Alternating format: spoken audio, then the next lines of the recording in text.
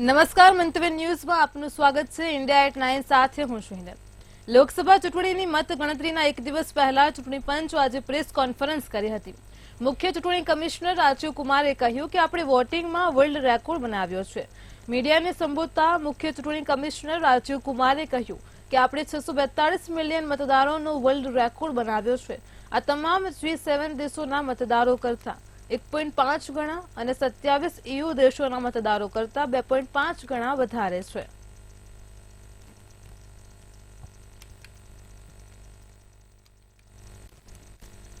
કેન્દ્રીય ચૂંટણી કમિશનર રાજીવ કુમારે સોમવારે પ્રેસ કોન્ફરન્સ દરમિયાન મોટું નિવેદન આપ્યું છે।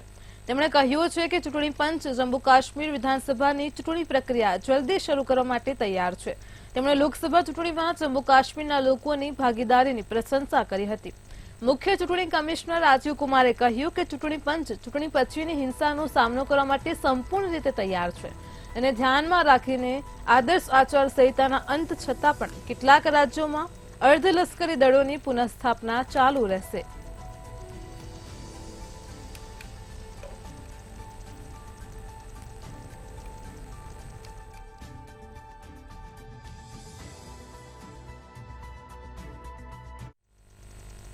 દેશમાં લોકસભા ચૂંટણીનું મતદાન હજુ પૂરું થયું નથી। પશ્ચિમ બંગાળમાં 2 મતદાન કેન્દ્રો પર આજે ફરી મતદાન થયું છે।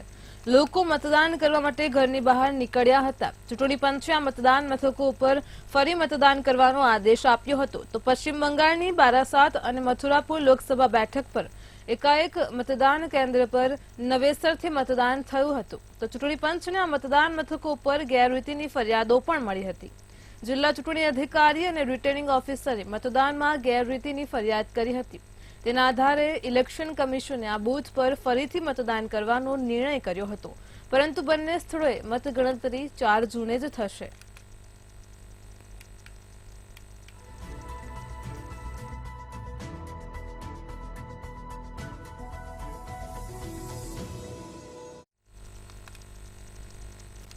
આવતીકાલે મતગણતરી યોજાવાની છે અને ગઈકાલે વિવિધ સંસ્થાઓના એક્ઝિટ પોલ પણ સામે આવી ગયા છે। ત્યારે એક્ઝિટ પોલમાં એનડીએની સરકાર બનવાનું દર્શાવવામાં આવી રહ્યું છે, ત્યારે કોંગ્રેસ આ એક્ઝિટ પોલનો પણ બહિષ્કાર કરી રહ્યું છે અને જીતનો દાવો કરી રહ્યું છે। ત્યારે જમ્મુ કાશ્મીર પ્રદેશ કોંગ્રેસ અધ્યક્ષે એક પ્રેસ કોન્ફરન્સ કરી હતી અને જમ્મુ કાશ્મીરમાં ઇન્ડિયા ગઠબંધન તમામ 5 સીટ જીતી રહ્યું હોવાનો દાવો કર્યો હતો। જોકે સાચું પરિણામ તો હવે આવતીકાલે મતગણતરી થશે ત્યારે જ ખબર પડશે। ત્યારે જીત માટે જમ્મુ કાશ્મીર પ્રદેશ કોંગ્રેસ અધ્યક્ષ વિકર રસૂલે જમ્મુ કાશ્મીરના લોકો પર પૂરો ભરોસો હોવાની વાત કરી હતી। વધુમાં તેમણે શું કહ્યું તે સાંભળો। इलेक्शन शुरू होने से पहले भी और इलेक्शन के दौरान भी और इलेक्शन होने के बाद भी आपको 2 लफ्ज से कहा था कि इंडिया अलायंस जम्मू कश्मीर की 5 सीटें जीतेगा और हम आज भी उस बात पे पूरा एतमाद रखते हैं और हमें जम्मू कश्मीर की जो पब्लिक है जिन्होंने हमें वोट दिया उस पर पूरा यकीन है कि हम बराबर उधमपुर की सीट भी कांग्रेस पार्टी ने जो लड़ी और जम्मू की सीट भी एक अच्छी मेजॉरिटी वोट से जीतने जा रहे हैं। जहां तक उधमपुर की सीट का ताल्लुक है, जो हमारा चिनाब रीजन है जिसमें रामगढ़ डिस्ट्रिक्ट है, डोडा डिस्ट्रिक्ट है, कष्टवाड़ डिस्ट्रिक्ट है, उन्हीं 3 डिस्ट्रिक्टों से हम 1 लाख वोट टचिंग हम लीड वहां से प्राप्त करते हैं। દેશમાં લોકસભા ચૂંટણી 2024ના 7 તબક્કાનું મતદાન પૂર્ણ થઈ ગયું છે અને આવતીકાલે લોકસભા ચૂંટણીના પરિણામો જાહેર થશે। ત્યારે મોટાભાગના એક્ઝિટ પોલમાં આગાહી કરવામાં આવી છે કે ભાજપની આગેવાની હેઠળની એનડીએ ફરી સત્તામાં આવશે। આ વચ્ચે હવે કોંગ્રેસના પૂર્વ અધ્યક્ષ સોનિયા ગાંધીની પહેલી પ્રતિક્રિયા સામે આવી છે। સોનિયા ગાંધીને એક્ઝિટ પોલ વિશે સવાલ કરવામાં આવ્યો હતો। તેના જવાબમાં તેમણે કહ્યું કે આપણે માત્ર રાહ જોવી પડશે। અમને પૂરી આશા છે કે પરિણામ એક્ઝિટ પોલની સાવ વિરુદ્ધ આવશે।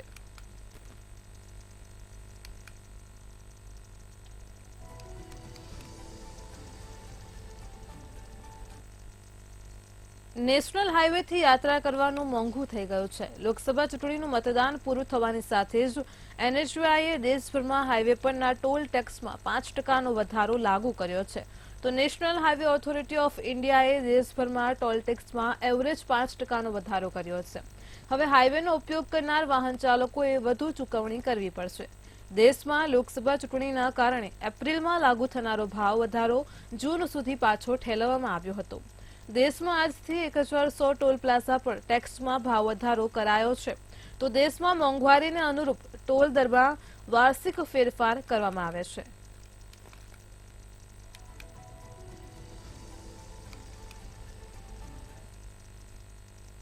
દિલ્હીના સરિતા વિહાર પોલીસ સ્ટેશન પાસે તાજ એક્સપ્રેસ ટ્રેનમાં આગ લાગી હોવાની ઘટના સામે આવી હતી. ત્યારે ટ્રેનના 4 ડબ્બામાં આગ લાગતા જ અફરાતફરીનો માહોલ સર્જાયો હતો. તુગલકાબાદ ઓખલા વચ્ચે તાજ એક્સપ્રેસના 2 ડબ્બામાં આગ લાગી હતી. ત્યારે તમામ મુસાફરો સુરક્ષિત છે. CPRO ઉત્તર રેલવે કુલ 6 ફાયર ટેન્ડરો સ્થળ ઉપર દોડી આવ્યા હતા.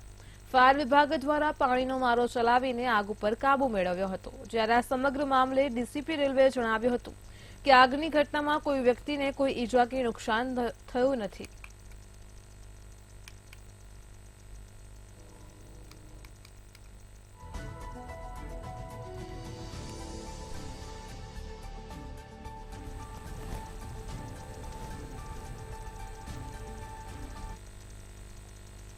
મધર ડેરીએ સોમવારે છેલ્લા 15 મહિનામાં ઇનપુટ કોસ્ટમાં થયેલા વધારાને કારણે દિલ્હી NCR માર્કેટમાં દૂધના ભાવમાં ₹2 પ્રતિ લીટર વધારો કરવાની જાહેરાત કરી હતી.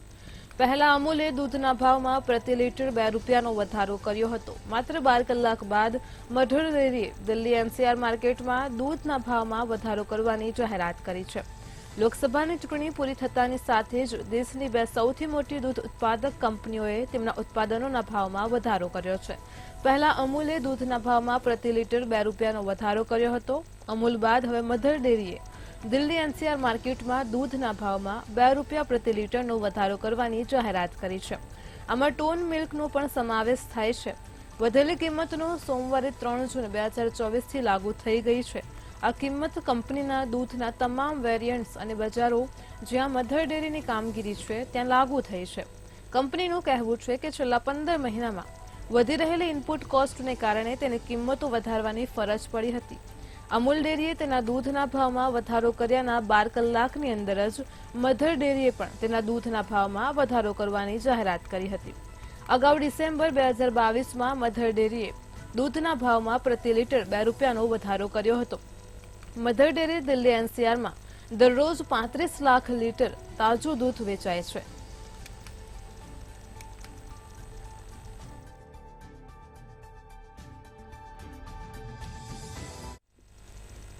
જમ્મુ કાશ્મીરમાં આતંકવાદને ખતમ કરવા માટે સ્થાનિક પોલીસ અને સુરક્ષા દળોનું ઓપરેશન ચાલુ છે.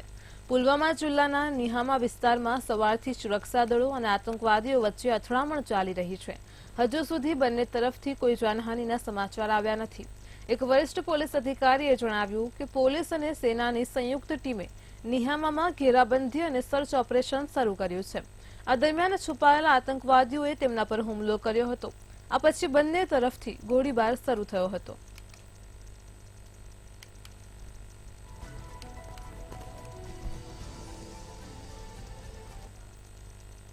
લોકસભા ચૂંટણીની મતગણતરી પહેલા જમ્મુ કાશ્મીરમાં આતંકવાદીઓ અને સુરક્ષા દળો વચ્ચે અથડામણના સમાચાર સામે આવ્યા છે.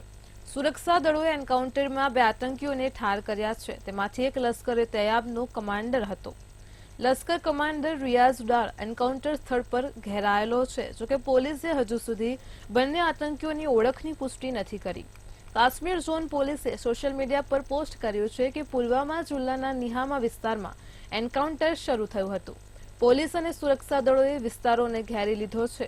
કોર્ડન કડક થતાં જ આતંકીઓએ ગોળીબાર શરૂ કરી દીધો હતો. જવાબમાં સુરક્ષા દળોએ પણ ગોળીબાર કર્યો હતો અને જેના કારણે એન્કાઉન્ટર થયું અને બંને તરફથી ગોળીબાર થયો. ત્યારે આ દરમિયાન આતંકીઓ જે ઘરમાં છુપાયેલા હતા ત્યાં આગ ફાટી નીકળી હતી.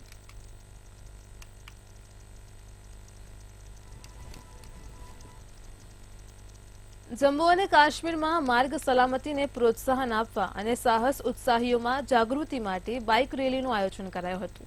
1 જૂનના રોજ ભાદરવા ખાતે પ્રવાસન યુવા બાઇક રેલીનું આયોજન કરવામાં આવ્યું હતું અને જેમાં દોડાના ડેપ્યુટી કમિશનર હરવિંદર સિંઘ અને ભદરવા ડેવલપમેન્ટ ઓથોરિટીના સીઈઓ બાલકૃષ્ણ અને એસડીપીઓ ભાદરવા ડોક્ટર વસીમે રેલીને લીલી ઝંડી આપી હતી। તેનો ઉદ્દેશ્ય યુવાનોને ટ્રાફિક નિયમોનું પાલન કરવા અને રસ્તાઓ પર સલામતીને પ્રાથમિકતા આપવાના મહત્વ વિશે શિક્ષિત કરવાનો હતો। આ કાર્યક્રમનું આયોજન ભાદરવા ડેવલપમેન્ટ ઓથોરિટી દ્વારા વિવિધ યુવા સંગઠનોના સહયોગથી કરવામાં આવ્યું હતું।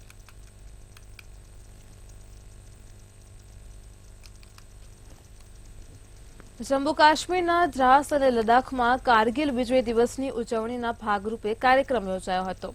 સિલ્વર જુબલીની ઉજવણીના ભાગરૂપે ફોરએવર ઇન ઓપરેશન ડિવિઝન દ્વારા ઓપરેશન સદભાવના પહેલ હેઠળ આયોજિત સમર કાર્નિવલ 2024માં એલજી બ્રિગેડિયર નિવૃત્ત બીડી મિશ્રાએ ભાગ લીધો હતો। સેન્ડોરિયર પોલો ગ્રાઉન્ડ દ્રાસ ખાતે કાર્નિવાલનું ઉદ્ઘાટન કરવામાં આવ્યું હતું અને તેમાં રમતગમત અને સાંસ્કૃતિક પ્રવૃત્તિઓનું આયોજન પણ કરવામાં આવ્યું હતું।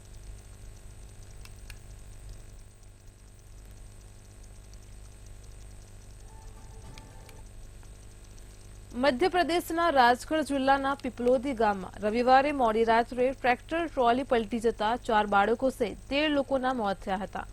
15 લોકો ઘાયલ થયા હતા। રાજગઢ જિલ્લા મેજિસ્ટ્રેટ હર્ષ દીક્ષિતે જણાવ્યું હતું કે 13 ઘાયલોને જિલ્લા હોસ્પિટલમાં દાખલ કરવામાં આવ્યા છે, જ્યારે 2 લોકોને માથા અને છાતીમાં ઈજાના કારણે સારી સારવાર માટે ભોપાલ મોકલવામાં આવ્યા છે। તેમણે કહ્યું કે મૃતકોની સંખ્યા વધવાની સંભાવના નથી, કારણ કે 2 ગંભીર રીતે ઘાયલ લોકોની હાલત હાલ સારી છે। રાજગઢ દુર્ઘટના પર મધ્યપ્રદેશના મુખ્યમંત્રી મોહન યાદવે ટ્વીટ કરીને લખ્યું કે રાજગઢ જિલ્લાના પીપલોદી રોડ પર ટ્રેક્ટર ટ્રોલી પલટી જવાને કારણે રાજસ્થાનના ઝાલાવાડ જિલ્લામાંથી 13 લોકોના અકાળે મૃત્યુના સમાચાર અત્યંત દુઃખદ છે।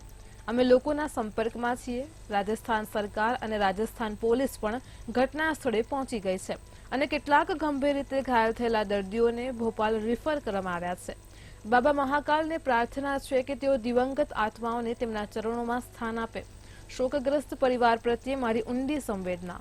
ઘાયલો ઝડપથી સાજા થાય તેવી પ્રાર્થના। રાજગઢ અકસ્માત પર રાષ્ટ્રપતિએ ટ્વીટ કર્યું। મધ્યપ્રદેશના રાજગઢ જિલ્લામાં એક માર્ગ અકસ્માતમાં ઘણા લોકોના મૃત્યુના સમાચાર ખૂબ જ દુઃખદ છે। હું તેમના પરિવારો પ્રત્યે મારી સંવેદના વ્યક્ત કરું છું, જેમણે પોતાના પ્રિયજનોને ગુમાવ્યા છે, અને ઘાયલો ઝડપથી સાજા થાય તે માટે હું પ્રાર્થના કરું છું।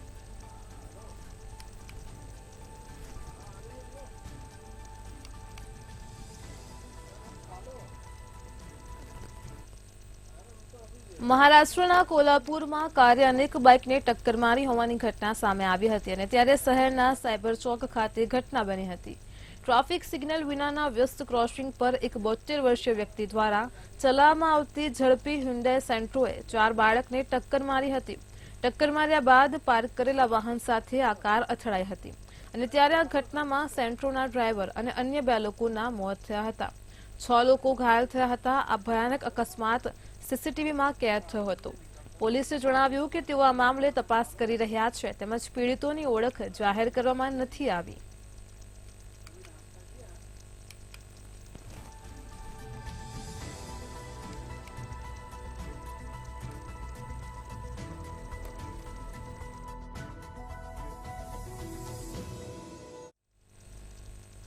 સમગ્ર ભારતમાં હાલ ગરમીનો પારો સતત વધી રહ્યો છે, તો ક્યાંક ભારે વરસાદે જનજીવનને અસ્તવ્યસ્ત કરી દીધું છે। હાલમાં ઉત્તર ભારતમાં ગરમીએ હાહાકાર મચાવ્યો છે, તો દક્ષિણ ભારતના કેટલાક રાજ્યોમાં મુસળધાર વરસાદ પડી રહ્યો છે।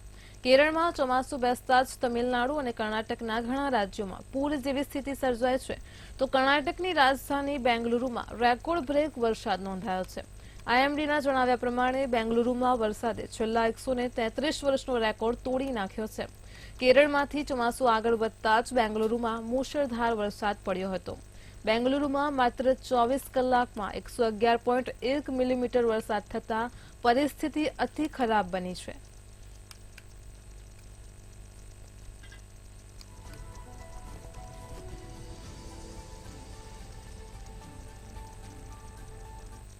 આકરા તાપ વચ્ચે દેશમાં અનેક વિસ્તારોમાં ભારે વરસાદ સાથે તોફાન જોવા મળી રહ્યું છે। ચોમાસાના વાદળો રોકેટની જેમ આગળ વધી રહ્યા છે, જેના કારણે કેરળ અસમના ઘણા વિસ્તારોમાં ભારે વરસાદ થઈ રહ્યો છે, જેના કારણે અનેક વિસ્તારોમાં પાણી પણ ભરાયા છે.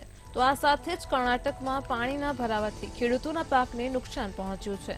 આ વખતે ચોમાસું પણ સામાન્ય સમય કરતાં થોડું વહેલું ભારતમાં પ્રવેશ્યું છે, જે હવે ઉત્તર પૂર્વ તરફ આગળ વધી રહ્યું છે. ત્યારે દેશના ઘણા રાજ્યોમાં આકરી ગરમીનો પ્રકોપ યથાવત છે. રાષ્ટ્રીય રાજધાની દિલ્હી અને આસપાસના વિસ્તારો સહિત ઘણા રાજ્યોમાં સમગ્ર દિવસ દરમિયાન પારો 45થી ઉપર રહે છે અને ત્યારે દેશમાં બદલાતા વાતાવરણથી લોકો પરેશાન છે.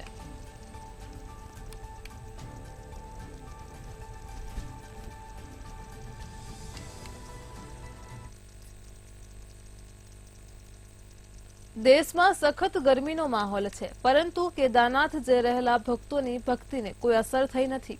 ઉત્તરાખંડ સરકારે માહિતી આપી છે કે રવિવારે કુલ 19,484 લોકોએ કેદારનાથ ધામની મુલાકાત લીધી હતી, જેમાંથી 12,857 પુરુષો, 6,323 મહિલાઓ હતા, જેમાં 304 બાળકોએ ભગવાન શિવના દર્શન કર્યા હતા. મંદિર ખુલ્યા બાદથી 6,27,213 લોકો કેદારનાથ ધામ પહોંચ્યા છે. આ વખતે ભક્તોનો ઉત્સાહ પહેલા કરતા ઘણો વધારે છે. સમગ્ર દેશમાં ભારે ગરમી છે અને ચક્રવાત રેમલે પૂર્વીય રાજ્યોમાં તબાહી મચાવી છે, પરંતુ ભોલેનાથના ભક્તો પર હવામાનની કોઈ અસર થઈ નથી. દરરોજ હજારો ભક્તો બાબા કેદારનાથના દર્શન માટે પહોંચી રહ્યા છે. કેદાર ઘાટીથી કેદારનાથ સુધીનો આખો માર્ગ શ્રદ્ધાળુઓથી ભરેલો છે.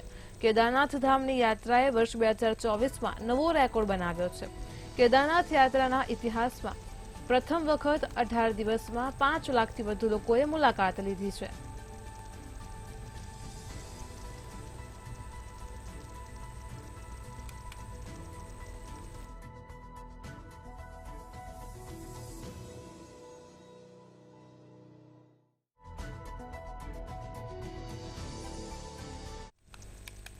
બોલિવૂડ સ્ટાર સલમાન ખાનની હત્યાના કાવતરામાં સંડોવાયેલા વધુ એક આરોપીની ધરપકડ થઈ ચૂકી છે. હરિયાણાના ભિવાની સીઆઈ સ્ટાફ 2 અને નવી મુંબઈ પોલીસની ટીમે રવિવારે રાત્રે સંયુક્ત ઓપરેશનમાં આ કેસમાં વોન્ટેડ આરોપીની ભિવાનીમાંથી ધરપકડ કરી હતી. જોકે આરોપીની ઓળખ તિગરાના ગામના દીપક ઉર્ફે જોની તરીકે થઈ છે, તેમજ આગળની કાર્યવાહી માટે તેને નવી મુંબઈ પોલીસને સોંપવામાં આવ્યો છે. ઉલ્લેખનીય છે કે બોલિવૂડ અભિનેતા સલમાન ખાનને જાનથી મારી નાખવાની ધમકી આપવા બદલ વર્ષ 2024માં પનવેલ સિટી નવી મુંબઈ પોલીસ સ્ટેશનમાં કેસ નોંધવામાં આવ્યો હતો. અંતર્ગત નવી મુંબઈ પોલીસે સલમાન ખાનની હત્યાના કાવતરાને નિષ્ફળ બનાવીને 5 આરોપીઓની ધરપકડ કરી હતી. ત્યારે પૂછપરછમાં ખુલાસા થયા છે કે આરોપી દીપક ઘણા વર્ષોથી નવી મુંબઈમાં રહેતો હતો. તેવા આરોપીઓના સંપર્કમાં હતો જેઓ સલમાન ખાનના ઘર અને ફાર્મ હાઉસની રેકી અને હત્યાનું કાવતરું ઘડી રહ્યા હતા. તેના સાથીઓની ધરપકડ બાદ તે ભાગીને ભિવાની આવી ગયો હતો. ઘણા સમયથી અહીં છુપાયેલો હતો, તો મુંબઈ પોલીસ પણ તેનો પીછો કરતા અહીં પહોંચી હતી અને ધરપકડ બાદ વધુ પૂછપરછ માટે આરોપીને નવી મુંબઈ પોલીસને સોંપવામાં આવ્યો છે.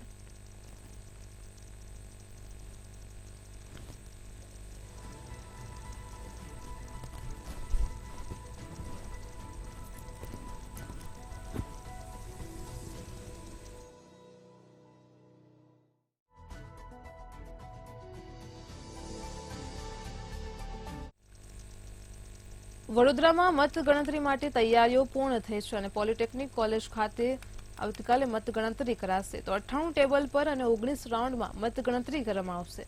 વાઘોડિયા બેઠકની મતગણતરી 14 ટેબલ પર કરવામાં આવશે. આ સાથે જ પોસ્ટલ બેલેટની ગણતરી માટે અલગ તૈયારી કરાય છે. તો ગણતરીની કામગીરીમાં કુલ 620 કર્મચારીઓ જોડાશે. 750 સુરક્ષા જવાનો 30 સ્તરીય સુરક્ષામાં તૈનાત કરવામાં આવશે.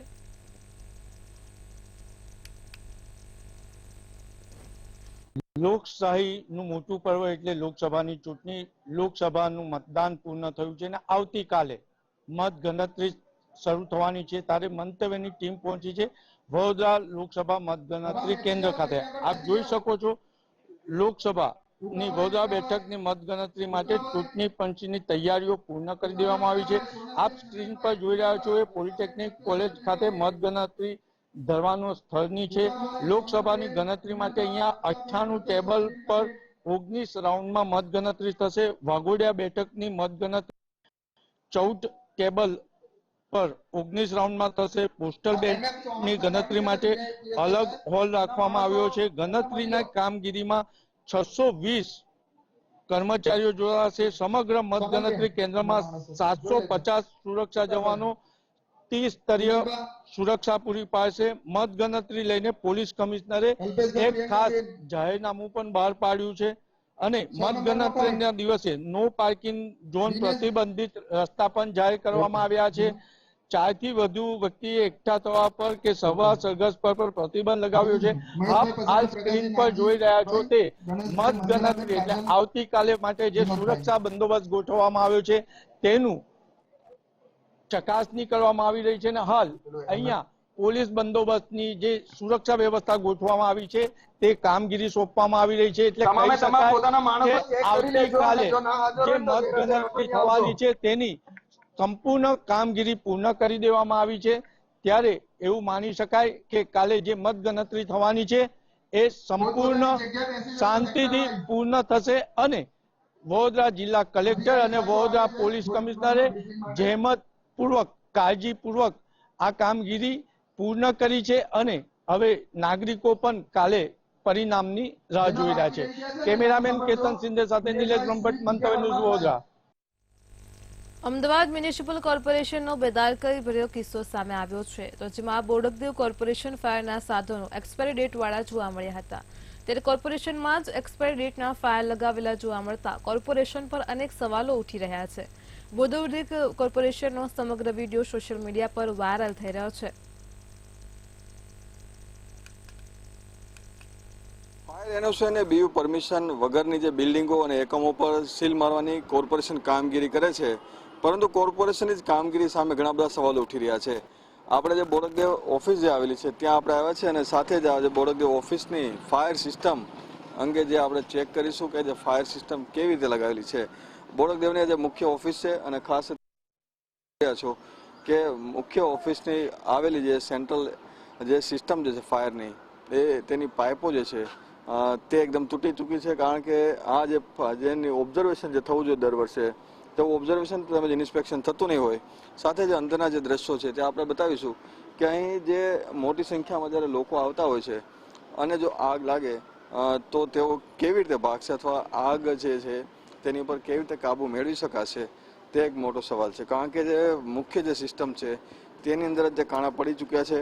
તો સાથે સાથે ફાયર એક્સ્ટિંગ્વિશરની શું વ્યવસ્થા છે, કેટલા લગાવેલા છે અને કેટલા નથી લગાવ્યા તે પણ આપણે જોઈ લઈશું. સાથે સાથે અહીં પ્રવેશ દ્વારની અંદર જ તે 2 એક્સ્ટિંગ્વિશર લગાવ્યા છે અને તેમાં પણ અત્યારે જે દેખાઈ રહ્યું છે કે જે પ્રમાણે જે તારીખ જે લગાવી છે એટલે જે 1/2/23માં રિફિલ કરવામાં આવ્યું હતું ને એક્સપાયર ડેટ જે છે તે 31/1/24 છે, એટલે કે જાન્યુઆરી મહિનામાં આ એક્સપાયર થઈ ચૂક્યો છે. અને સાથે સાથે જે આ જે વસ્તુ જે છે તે બીજું જે એક એક્સ્ટિંગ્વિશર રહેલું છે તેની અંદર પણ જોવા મળ્યું છે. એટલે કે બંને જે એક્સપાયર થઈ ચૂક્યા છે, પરંતુ જે કોર્પોરેશનનો જે વિભાગ જે છે જે લોકોના એકમો સીલ મારે છે, પરંતુ પોતાના જ એકમોની અંદર આ રીતની જે બેદરકારી છે તે સામે આવી રહી છે. આવી જ રીતે જે અલગ અલગ જે ખાસ કરીને બીજા પણ જે એક્સ્ટિંગ્વિશર લગાવવામાં આવે છે તેમાં પણ એ જ દ્રશ્યો જોવા મળ્યા છે કે જે કંપનીને જે કામ સોંપવામાં આવ્યું છે તેની સામે પણ સવાલો ઉઠી રહ્યા છે કે સેમ તારીખ એટલે કે એક જ એક્સપાયરી જે ડેટવાળી જે તારીખો છે તે જોવા મળી રહી છે.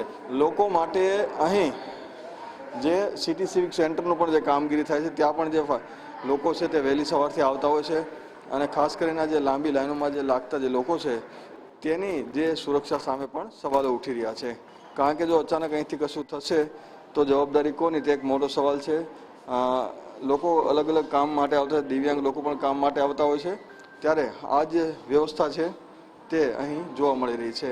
ફરી એક વખત ફાયરની જે સિસ્ટમ છે, પરંતુ આ સિસ્ટમ ન તો કોઈ દિવસ સાફ થઈ છે ન તો કોઈ ઓબ્ઝર્વેશન થયું છે તેવું લાગી રહ્યું છે. અને અહીંયા પણ એ જ જે તારીખના જે બાટલા છે તે લગાવવામાં આવ્યા છે, જેની પણ જે તારીખો છે તે એક્સપાયર થઈ ચૂકી છે.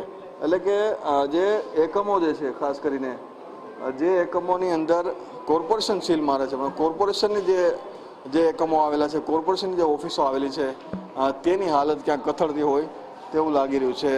એક તરફનો જે એક્ઝિટ ગેટ છે સિટી સિવિક સેન્ટરની બહારનો, ત્યાં બહાર જવા માટેની જે વ્યવસ્થા છે, પરંતુ અહીં ખંભાથી તાળું લગાવવામાં આવ્યું છે. સાથે સાથે જ બહારની સાઈડ પણ એટલો કચરો અને તે બધું રાખ્યું. પાર્કિંગ જે છે અહીં થતું છે અને આ પાર્કિંગના ભાગરૂપે આ એક્ઝિટ ગેટ છે. સિટી સિવિક સેન્ટરની અંદર આવતા જે લોકો છે ખાસ કરીને, અને તે અહીં જે પોતા કામ માટે આવતા હોય છે ત્યારે ફરી વખત કોઈ દુર્ઘટના જે છે તે ના થાય તેની માટેની જવાબદારી જોવાનું કામ છે કોર્પોરેશનનું છે. કોર્પોરેશન જે એનઓસી ના હોય તેવા જે એકમોને સીલ મારે છે, પરંતુ અમદાવાદ મ્યુનિસિપલ કોર્પોરેશનની જ ઓફિસની અંદર આવી રીતે એક્સપાયર થયેલા જે બાટલા છે તે રાખવામાં આવે છે, તૂટેલી પાઇપવાળા જે સુરક્ષાના સાધનો છે તે રાખવામાં આવે છે. ત્યારે કોર્પોરેશનમાં જો આગ લાગશે તો તેને કોણ બચાવશે તે એક મોટો સવાલ છે. કેમેરામેન બિપિન અમીન સાથે મેહુલ દુધરેજિયા, મંતવ્ય ન્યૂઝ, અમદાવાદ. ઇન્ડિયા એટ 9 માં હાલ આટલું જ. વધુ સમાચાર માટે જોડાયેલા રહો મંતવ્ય ન્યૂઝ સાથે. નમસ્કાર.